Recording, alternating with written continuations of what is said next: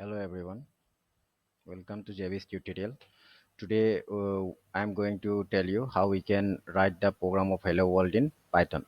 For that, what we have used, we have to open IDLE, that is Integrated Development Learning Environment, and I have used the Python version 3.7 of 64 bits. So if I click this one, so suppose screen will appear, and here I will go to File menu and I will click new.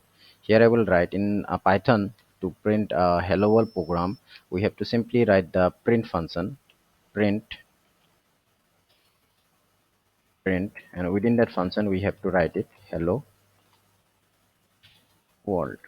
Okay, simply close it and save it in any folder of your designated folder. So here I am saving in J drive with a folder name as Python. So I will take the folder name as Python.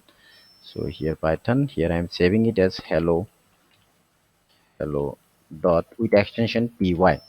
Now save it. Okay, and after that go to run and click the run statement. The hello world will appear. So thank you.